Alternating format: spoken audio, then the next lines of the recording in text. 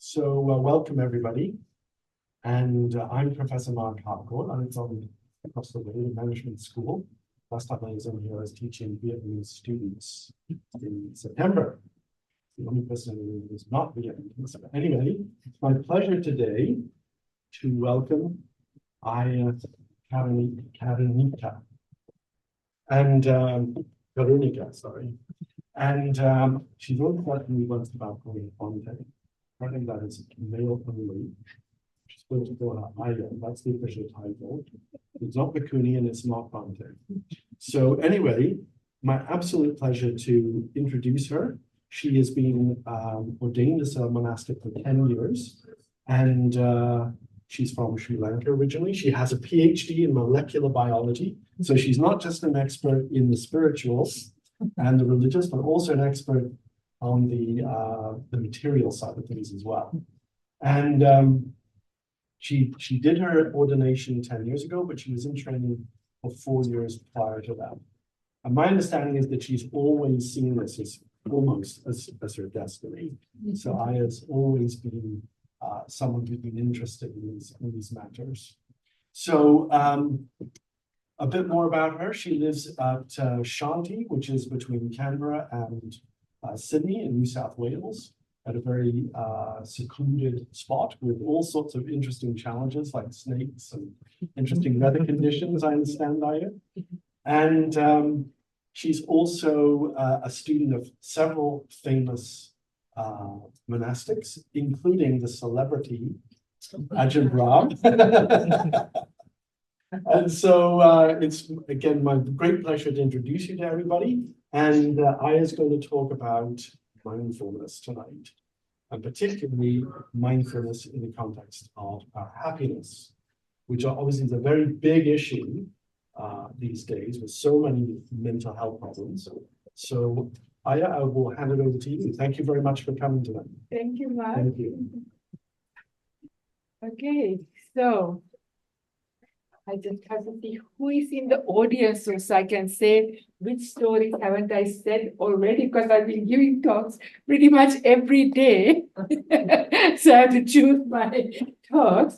But being one of Ajahn Brahm's students, either I have to start the talk with a joke or with a story, right? That's our kind of, I don't know whether you've heard him saying that we belong to Mahayana.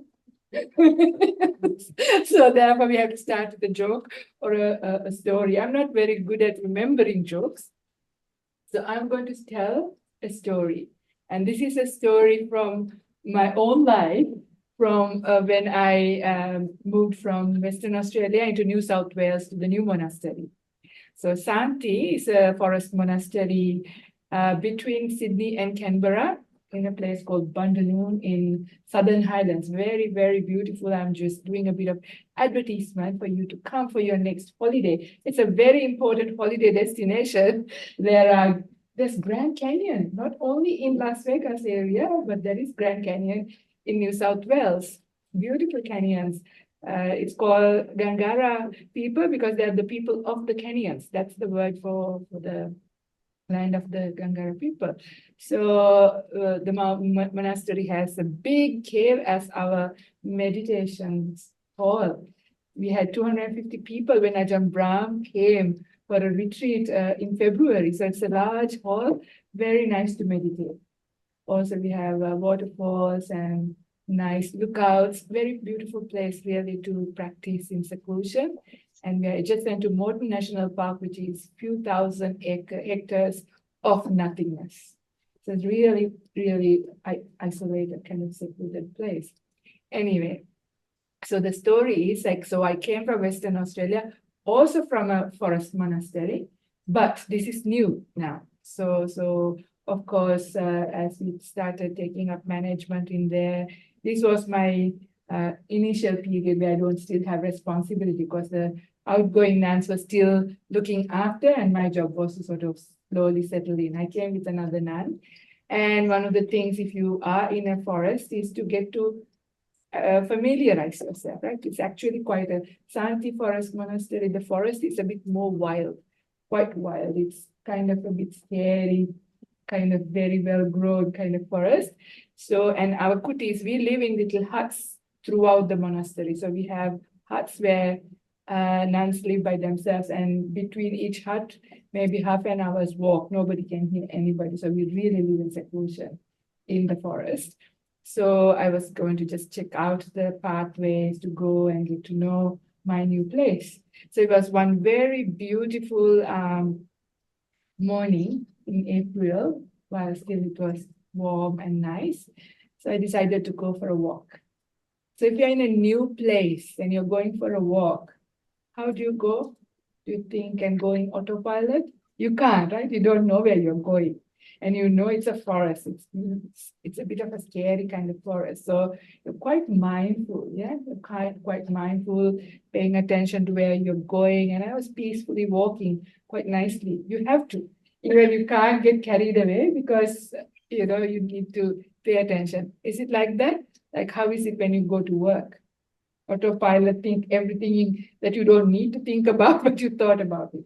But if you're going somewhere new, then of course you're paying attention, right? It becomes essential. So anyway, so I was walking very mindfully, and the other nun who was with me has also decided to go on a walk. So she's taken also, and we met halfway somewhere. What happens when two people meet? They're laughing because you know, start talking. What happens when you start talking? Mindfulness is, yeah, same with me as well. But I had very good fortune, very good karma, which is why I'm sitting here talking to you. Otherwise, I won't be here. Because what happened next? So as we were walking, but I had very good karma. That's why. So I was walking a little behind. This other nun was walking in front of me. And suddenly she put her hand out to stop me, just to see a really big red belly black snake in front of her. Already lifted itself up, ready to strike. It can strike you quite high. It's quite poisonous. Yeah, really. In New Zealand, there are no snakes. Is that right? So you don't know, maybe. They're very, very poisonous and very large one as well. If that was you, what would be your response? What would you do? Yes. Scream, yeah, valid. Freeze, run. Of course, we are all good Buddhists, so we won't say kill. But many people would kill also, right? Especially in the farms and stuff. It's very common practice to kill the snake as well. So kill, scream, run, all of those are normal. Me too. I was so scared. All I wanted to do was also to run because it's really scary to be so close. You can feel their power, their energy. It's a mighty being, these snakes. And but the other nun had a different plan. She held my hand quite firmly. I was in my head saying, "What are you doing? Let's run." But I didn't say it because she was also calm. Because she was calm and firm, I also calmed down. You know how panic goes together, So of course, because she's calm, I was calm. I also trust her. So I thought, okay, let's follow her plan. But deep down, I knew I can't outrun a snake. They can run faster than us. Anyway, so I decided, okay, let's go with her. And she's a very sweet nun, if you ever see her. And when she speaks, she's very gentle, very kind of person. What she did next? No, not next. First, we took a few steps back. So we had a gap now, a little bit more gap than the snake. So we are not right at its face. And then what she did next is what is very interesting that you wouldn't think that normally somebody would do. What she did was she spoke to the snake in the sweetest kind of voice and said, "Hello, how are you? We didn't know you were here. It's a beautiful day. I'm sure you are having a nice sunbathing. Enjoy the day. We were just going for a walk. We don't have to go this way. We are going to turn back and go. Have a really, really nice day." And I can remember while she was talking, I was looking at the snake and it's really glass, black eyes looking at us, quite docile, even though it can be very, very venomous, was watching what's going on. And of course, we know that snakes can't hear, they're deaf. They only feel vibrations. But even if it heard, it doesn't know English, right? But do you think the snake understood what she said? Absolutely. Have you had pets? Pets, animals, they know. They feel you. Yeah, they know. They definitely know what's going on. So at least it felt the love and the kindness of your heart. Yeah, because very affectionate, very sweet. In fact, if I was that snake, I would be completely flattered. The way she spoke was very sweet, very respectful, really gentle and kind, you know. You can feel that, even though you can't hear it, you can feel that energy of respect, kindness, care, affection, all of those things. So after that, she said, let's have a good look so we can identify what we did that too. And after a while, we just walked back. But had we wanted to walk through, I'm sure, 100% sure, if we stayed there and actually told the snake that we really need to move, go forward, can you let us go? And if we waited there, I'm sure it would have just slithered away and we could have gone. Later, I asked her, why did she respond in that very strange way? She said, you know, we are now there. This is not really, usually our feeling is my monastery, my house, my land is mine. Used to be next state, get out of here. What are you doing in my road? Yeah, don't you know better? We humans are, you know, bigger than you. Get out of here. But, you know, this is not correct. When we are anywhere, even if it is your own house that you have paid a few $1 million to buy, we still share it with many beings. Seen and unseen beings. It's their land too. They don't know about our concepts of owning things that you have paid so many millions to have it and put a gate around it. It's their land too. So we are staying there and actually on a path to a hut where another nun would be living later. And our interaction with the beings in the place is very important. It has to be a respectful, kind, decent meeting, right? Your first meeting with a being, anybody. Otherwise, if we have a very bad, you know, thing from the start, then there's going to be trouble. And we know we are not the powerful one, actually, the snake is, because that is actually half an hour's walk from the main monastery area where there's the phones, the cars, the people. Even a whistle or anything would not be heard from there. If that snake striked us, I won't be sitting here because it can strike you high. By the time we start walking, the poison would go in. Nobody would come looking for us until the next day, lunchtime. But sometimes if the nuns don't turn up for breakfast, they think maybe we are meditating. You don't have to turn up. Only when somebody's not there for lunch, then we realize what's going on and come looking for us. So by that time, we'll be very well, be gone, dead and gone, right? So it is really, they are powerful. So have you lost any nuns to snakes? Not yet. Thankfully, not yet. We have a great incentive now to be a bit more mindful, not get too lost in conversations, because that's, you know, our life is at risk, you know, in a monastery like that. You could get bitten by a snake. You can easily roll your ankle because it's very uneven ground. And you know what the temperatures can be at night time. And if you roll your leg and if you can't walk, if you're stuck there, because of losing your body heat, you will be dead by the morning. And there are branches in New South Wales, the branches fall very randomly and quick, a lot more shedding.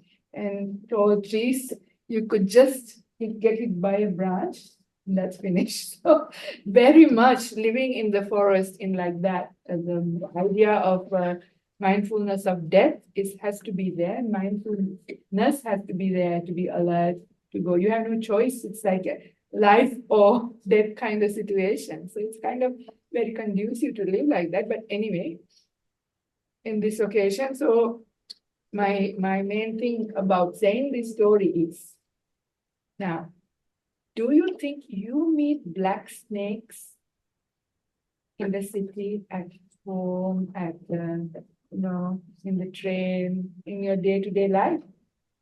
You don't. Sure. What about black snake situations? Situations that trigger fear, situations that trigger anger, situations that trigger sadness, worry, strong desire. Do you meet black snakes? Yeah, you have black snake situations in your day-to-day life. Now, what do you do when you have the black snake situation in your day-to-day life? You also scream, run, try to kill the situation, right? Have you tried killing a situation? Verbal daggers, yeah. By your voice, we kill situations, we kill people. Not really, we do that. So similar kind of response, right? We also use similar response, but we never think that we do have a choice, right? We have the same choice we had before, but we don't remember. Same, we are really conditioned by habit to think when this happens, because that's what you see in movies, that's what you see people do around you. So you don't think, okay, I will scream. So you don't try to kill because that seems bad as a Buddhist, but we might scream, run, do all sorts of other things that are also not necessary skillful. Yeah, very often when we have this kind of strong emotion comes up in our life, for many people, I'm not saying for everybody, but in general, most people's response is something that is not that skillful. Yeah, do you agree? Often it is the case. But we do have a choice. So in every situation, doesn't matter how dangerous, how poisonous, how difficult the black snake is in that occasion, just remember that we can respond to it with respect. First of all, that's very important. Do you ever listen to anybody if they speak disrespectfully to you? Not really, right? And if you speak disrespectfully to somebody, do they listen? If you want to communicate something, if you want to do something with this situation, respect, mutual respect is really important. How about kindness? Do you listen more if somebody spoke to you kindly, gently, wisely? You do, right? But if you shout and scream and yell, your information might be good and important and valid. Would anybody listen to you? Very difficult, right? Very difficult. Even they might look like they're listening, but they may not be really listening to you. Yeah. So again, kind speech, gentle speech, respectfully communicating, very important. But we never remember this, right? At the time that is most dangerous. That is where we get into trouble. Yeah, because when we get really frightened and afraid and emotionally triggered, we go and do the wrong thing. But that is precisely where, because it's so dangerous, like that black snake, that we must be careful. But you do agree with me, but trying to doing this is hard, isn't it? Because our habits are very strong. We know that how quickly, our mouth starts speaking before us. Yeah. I have mentioned this a few times before. We catch ourselves when something happens, it's like the buttons being pressed, and impulsively we have reacted, not responded, we would say reacted in our usual way, which is most of the time not necessarily very skillful. And then that's the start of trouble and double trouble afterwards, or triple trouble or multiple troubles afterwards. And you have to do so much more later. So this is our day-to-day life, right? Starting from when we wake up. Think about your day. You have kids, you have to get them ready. Spouses, you have to get them organized. You have to get ready to go to work, right? You're screaming, running away. All of those things start from when you wake up. These are your important black snakes. Yeah, you've got to live with them every day. We have to build up a good connection, right? Otherwise, it's so extremely dangerous. You're constantly getting bitten. Yeah. So this is why in daily life, if you're smart, it's really important to now change this connection. It's never too late. Never too late. You don't know how far a very loving, true hug going to go. So don't worry with your family members. Even for 20 years, you had a bad relationship, screaming, yelling, and running away. Give them a good hug and start anew. It'll work. Yeah. If it's genuine, it's going to work. And it is important. Yeah. And if you bring up true respect for your people, people feel it. The moment the next person feels it, they're going to forgive the rest of the stuff. Because deep down, these are people we love. Love each other, right? Your family members are people we loved. Even if our relationships have changed here and there because of living together for so long with all our these things, this is possible. But in order to do that, you need some level of mindfulness. So that is why I just said like mindfulness in leading to happiness in daily life, because it starts from there. So our immediate problems, where is our immediate suffering coming? Is it because of your financial problems? Is it because you lost your job? Is it because there's COVID or some other problem? Is it because of the world politics? Is it because of not those, right? Is it even your health? The immediate, most painful suffering is relationships, right? Relationships with your people, especially with your close people. One word is enough for you to feel really hurt. These days, one emoji is also enough. No? Have you had those days? Yeah, you were peaceful, kind, calm, and okay. And you receive just one. And finished. Isn't it? It's true, yeah? From the people you're close to, they have lots of power over you, and so you have as well on them. So be careful. So this is where mindfulness is important. Mindlessly, we may have said something. Even our gestures, slight raise in tone of voice can be hurtful, right? It is. It is really important. These things matter because this is where our suffering is. Before we talk about getting enlightened, getting all these other things, getting into meditation, how can you meditate without joy states in our mind? You can use and use all kinds of techniques. You can only go so far with the techniques. Yeah? And it's not the right way anyway. You're just forcing and pushing. It's not the right kind of Buddhist meditation which is going to get you liberated because it's a forced technique. The actual right mindfulness is based on the foundations for right mindfulness. If you want to check this up on numerical discourses, not numerical discourses, connected discourses on the chapter on mindfulness, that it is based on right view and virtue.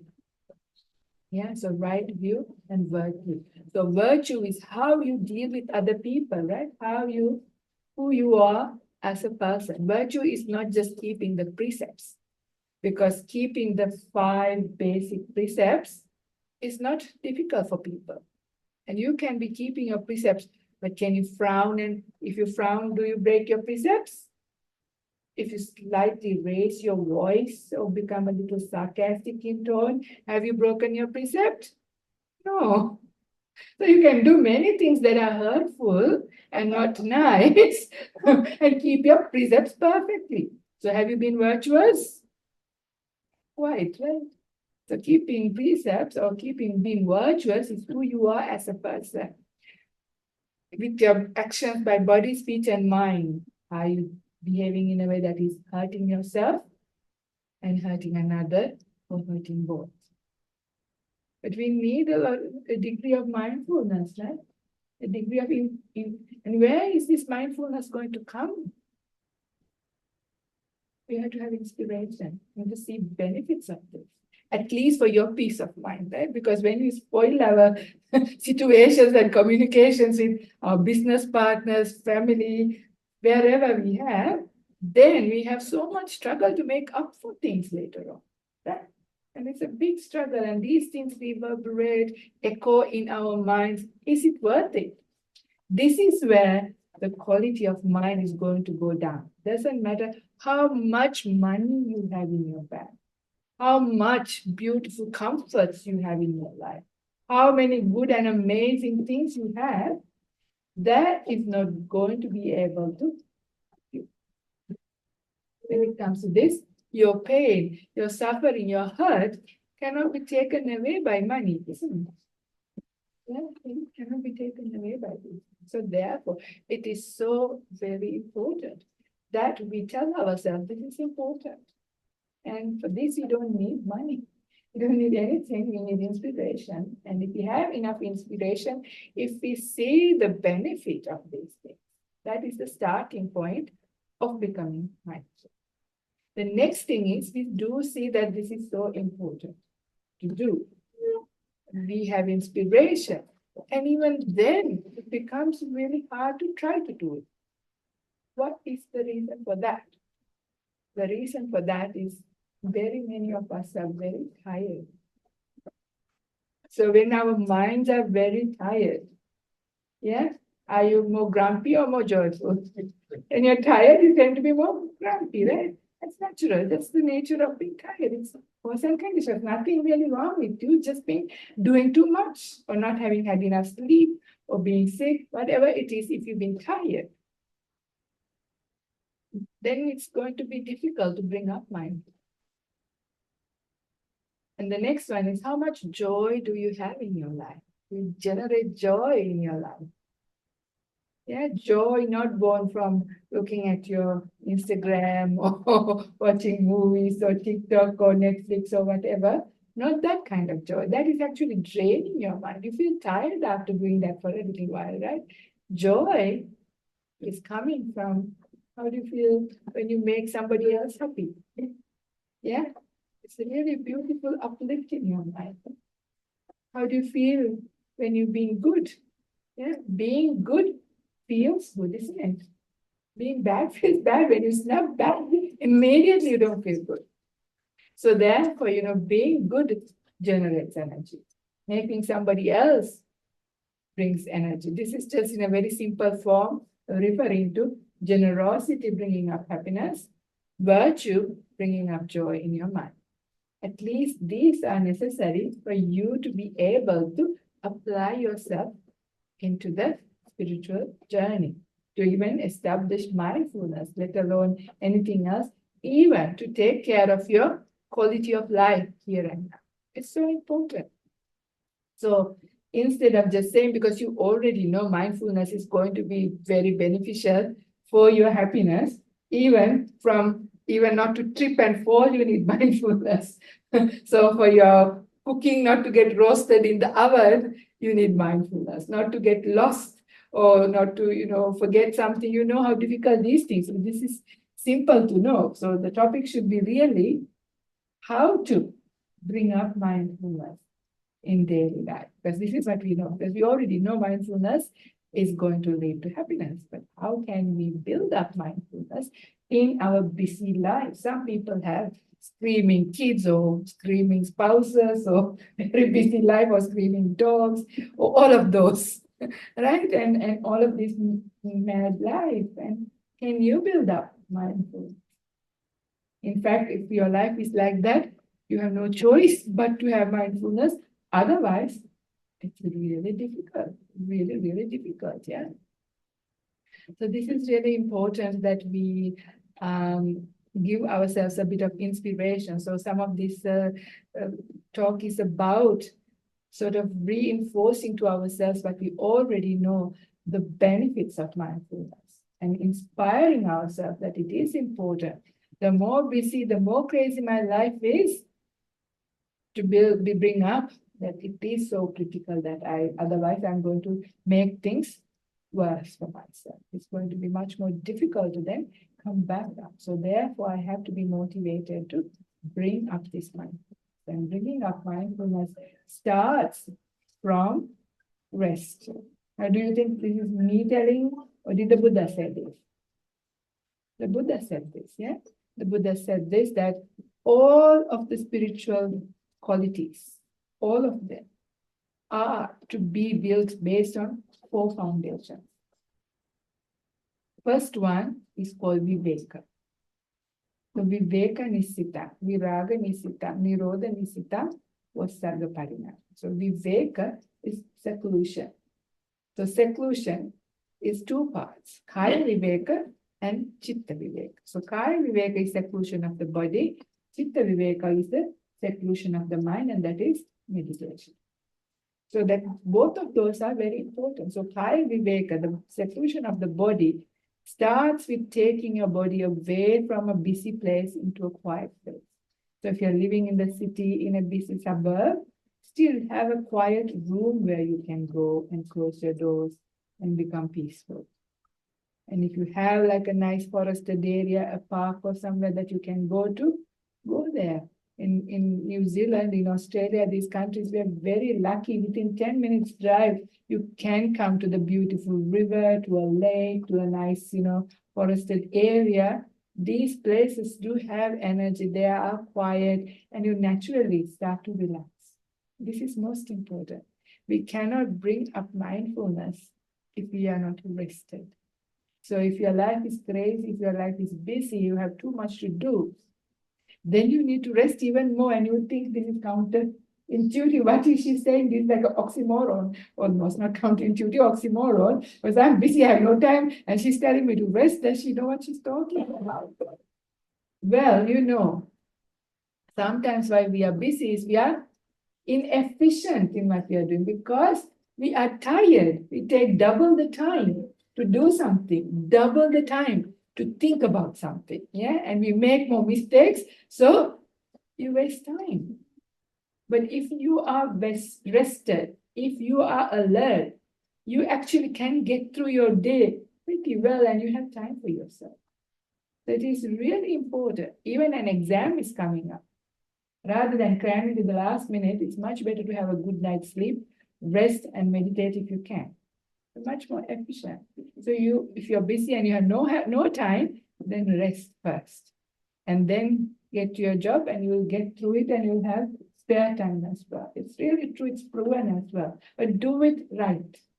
So when you go for your walk, or when you go for your swim, or for a bike ride, or go and sit on top of a rock in a forest or somewhere, whatever you're going to do that. Not think about your problems, think about things that you have to do. That's not building up mindfulness. But to build up mindfulness, you need a bit of quiet time in your mind. What takes away your mindfulness is the busy mind, right? Thinking mind, taking you away into the past, into the present, future, and never here.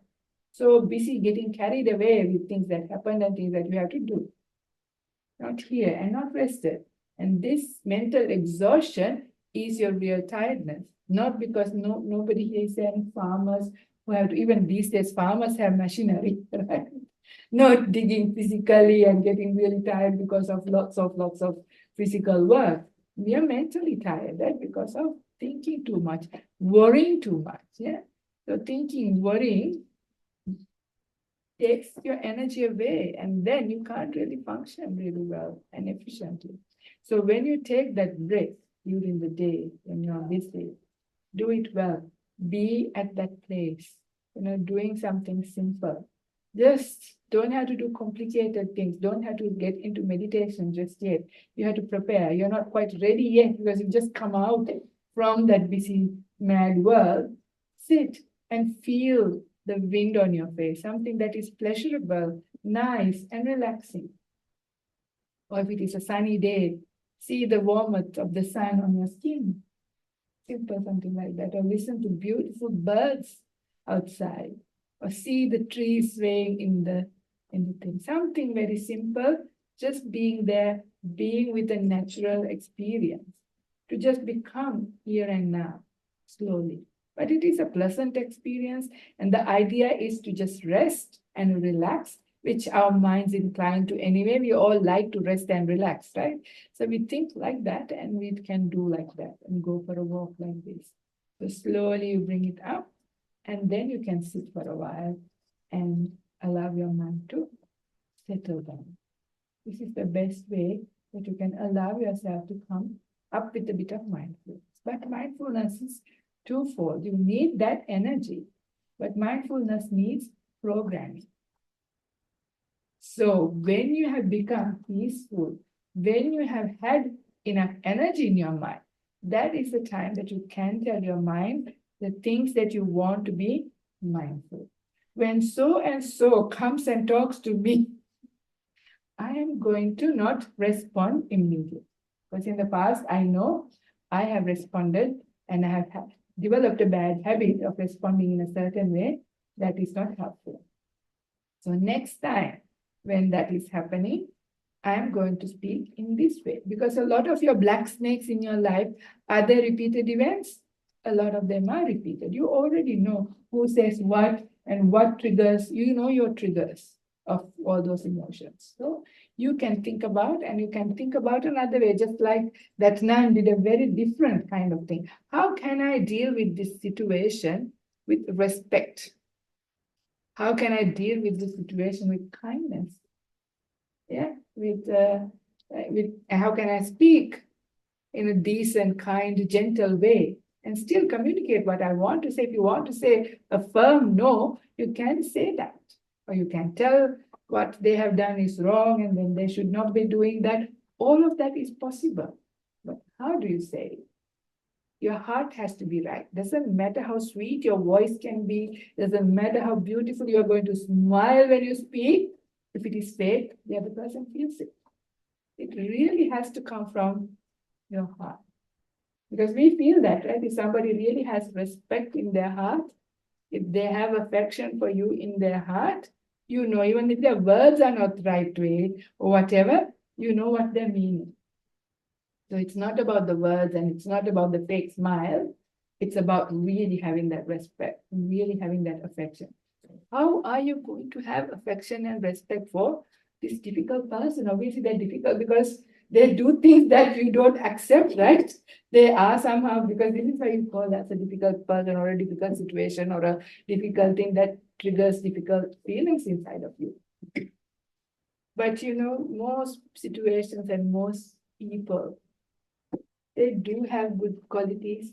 Even a situation, there is some benefit, even though you might want to do it in another way, which could be much more efficient, much more time saving, much more money saving, maybe appropriate.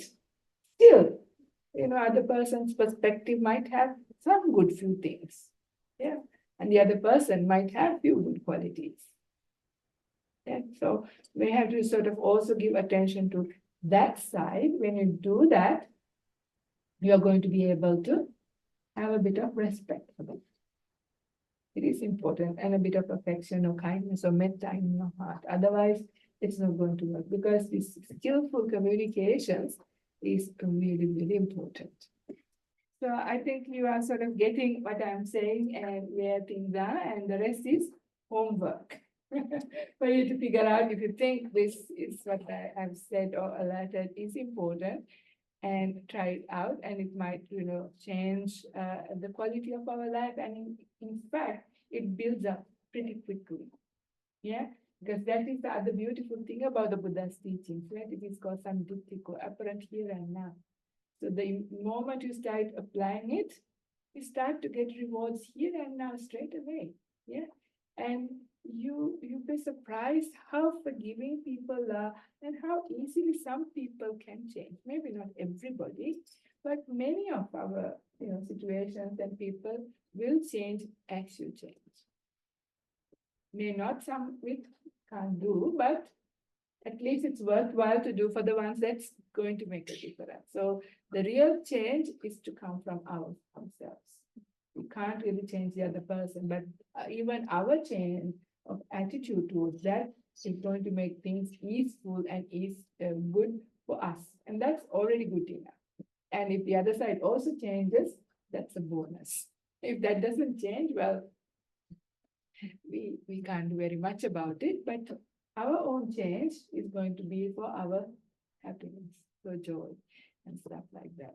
So also with that, I want to say something about this communication, because it will be like a hypocrite me sitting here giving a talk and saying we are all very good or inspired, or we respect talking. but are we good listeners? Yeah, this is the other thing that is really, really important.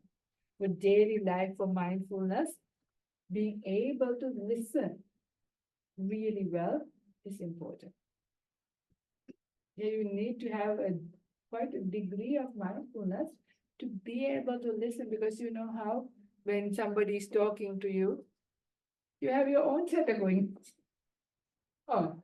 So have you been listening to them? And this is where the next problem comes from. Because you think you have been listening, but you haven't heard what they were saying.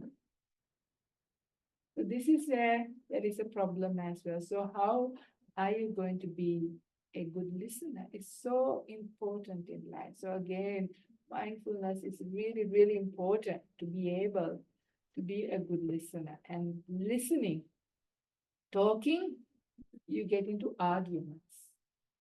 Listening, you become wise.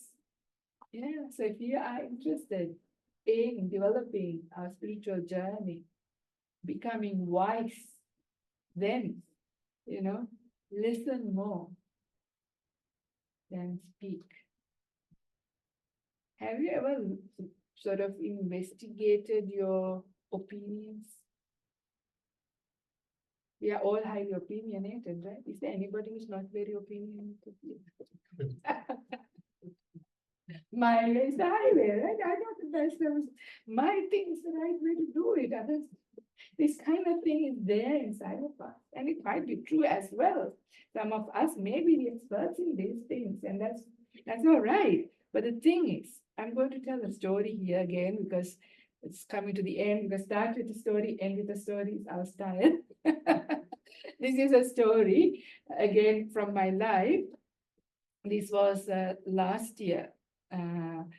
Ajahn Brahman was invited for the United Nations Vesak in Thailand, and he was supposed to present a paper.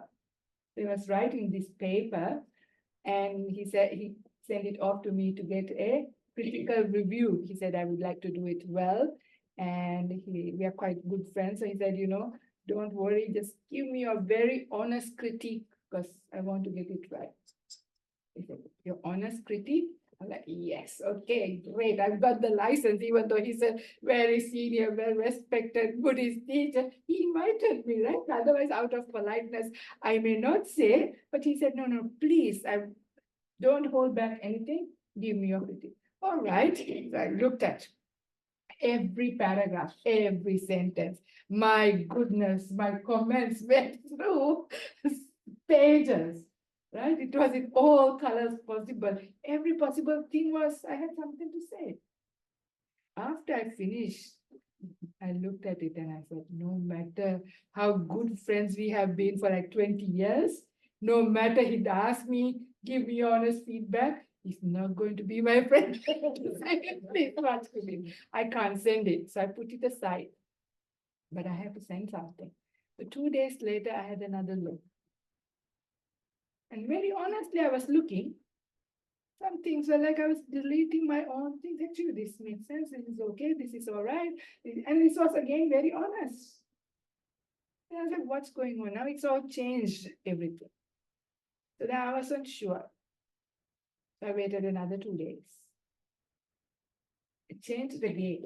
So then I wrote to him, Ajahn, do you want my Thursday morning 10 o'clock? Saturday 3 p.m. or Monday morning? Because there are so many different versions. I'm really unable to give you, can we have a Zoom and we can discuss maybe so I can see whether he's getting upset, then I can change. But then after that, I realized our opinions.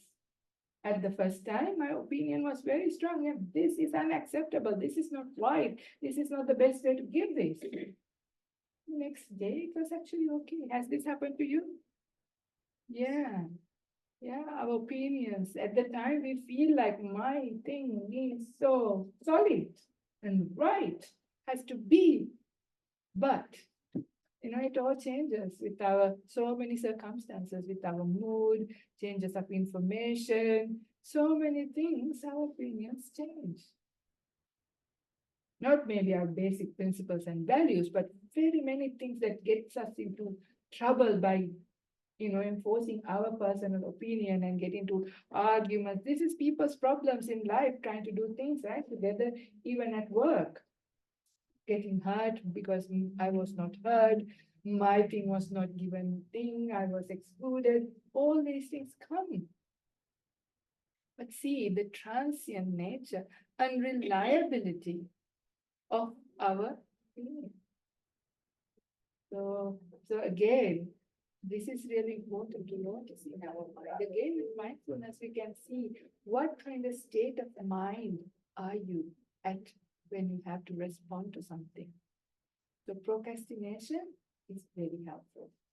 Try not to impulsively respond even at work.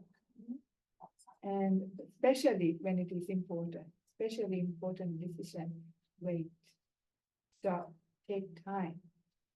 Check your emotional states, check all the conditions around, check to see whether you got all the information you need to make a decision. Sometimes you responded too quickly without realizing a few other things, and this is difficult, and you missed it. So take some time. And then you still have to, because even though you know your opinion's going to change and you don't know which one is going to be the right one is the one that when you make, when you're peaceful, when you have joy, that is when you are the wisest. That's the time that you are the wisest. So whatever that you want to express, the decision that you're going to make at that time, that's going to be the best one. Even that's not the ultimate final, it changes, but that will be better than any other decision that you would make. So this is again, you need mindfulness in day-to-day life to catch yourself with these things. Also to see your emotional state, to see the situation, to assess all of those things. Wait, and then make a decision. And also it is very helpful, very, very helpful once you see this, to let go, to express yourself so strongly and solidly at the cost of hurting other people, especially your loved ones. It's not worth it. You can live with this other person's decision, which in your mind may not be the best, but it's going to be good enough. Saving that relationship, saving that joy, the kindness, friendship is much more important than getting things perfectly right. 70%, 60% also good enough. At the end, who's going to really care? You lose a bit of money, so money's lost. You lose a bit of time, big deal. You lose anyway after the argument, worrying about things. You lose much more than money. You lose your health. You lose so many other things. So, put this in perspective, yeah? And to do all of these things is important. The last thing that I'm going to say here is now we've been talking about mindfulness. How do you know whether you have mindfulness? How do you know?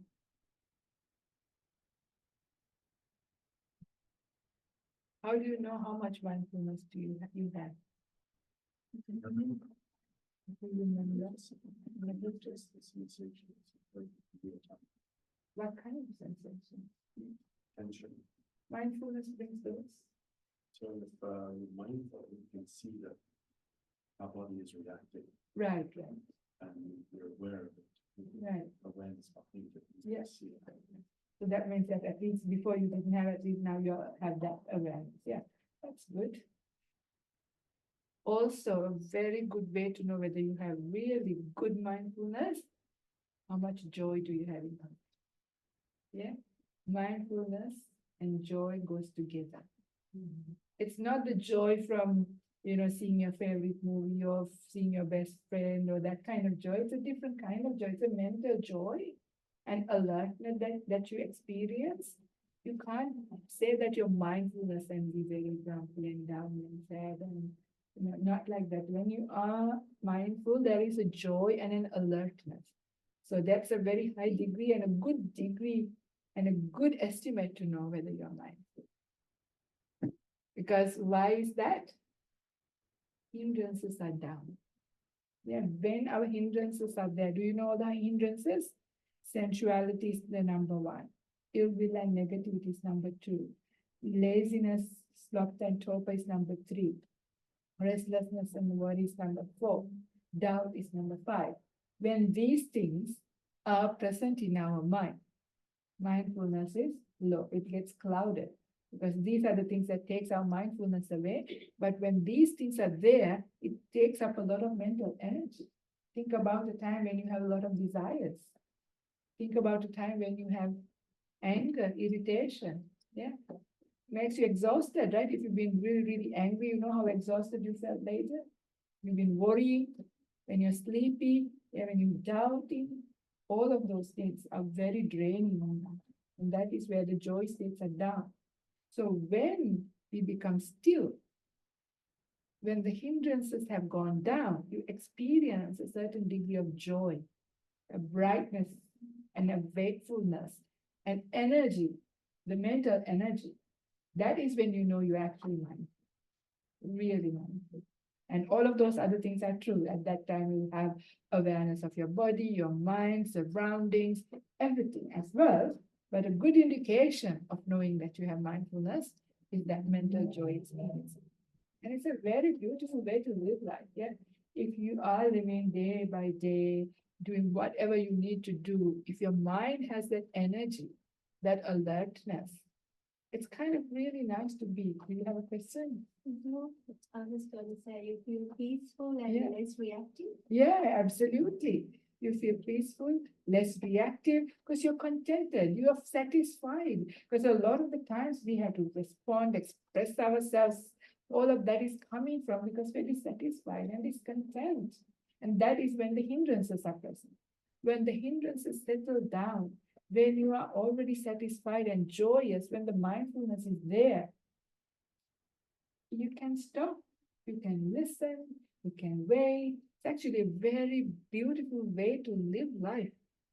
Yeah, it's a really beautiful way to live life. Mindfulness has incredible potential for everything.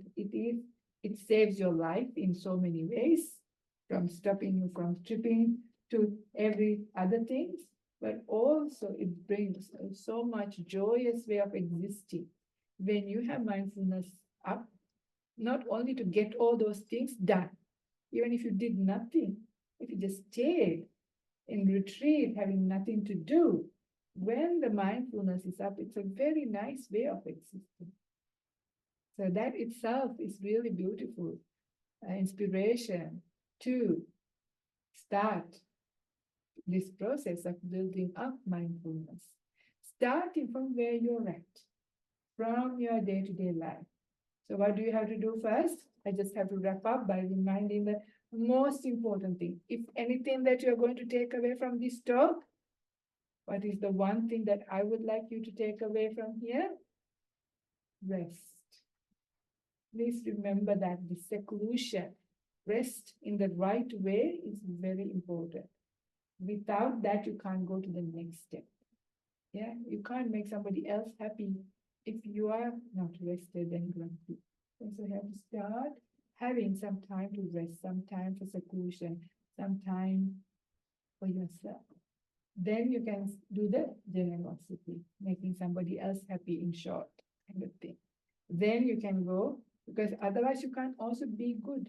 Being good feels good, but it's hard to be good when you are tired, when you don't have that basic joy. So that's why. But even if you're tired, you can make somebody else, at least somebody you love and care, happy is possible, even if you're tired. So once you do that, you get that mental energy. Yeah, then it becomes easier to be good. So it starts from in that way, from rest to generosity to virtue. And then you're ready to meditate. And that is when the mindfulness is really going to go up. But it is possible to do even in a busy life. Much better, of course, if you take time and go on retreat when you have time. That is when it's going to really get reinforced and go to much higher levels. But we can't wait and say, I wait till all this is over. Well, you'll be dead before that's all over, right? Then you have to start all over again, and you say the same thing. I'll finish my job, I'll finish till I wait till my kid grows up, I'll finish until my exam's over. Well, you'll be dead before you start. So you can't start from where you are at. You don't have to have high expectations. start from little. As you do little, it brings up, and that's good enough. I don't know. And this is all I am offering for you today. It's nearly time, so I'm not sure whether we go with question and answer or we do that while we have tea in the other room. What would be appropriate, because I don't know how much time is the situation. We can do the Q&A. Yeah, or is what does March visit? So we could, because it's almost 6:30, so we could be more informal and Yeah, mix and mingle yeah, afterwards. So Yeah. if people have any questions. yes, that's much more better. All right, Thank you very much. sounds good. Thank you for Thank you very much. coming. Thank you very much. So, I was just summarizing, but I just want to add a few things that she said, just to repeat. So there was the rest and relaxation to stop the mind from going in full tilt. She also talked about active listening, the importance of active listening, because we often talk before we think. And many of us think the talking is super important, but real more important than talk more. But very often the wise are the ones who are quiet. So that's another point she made.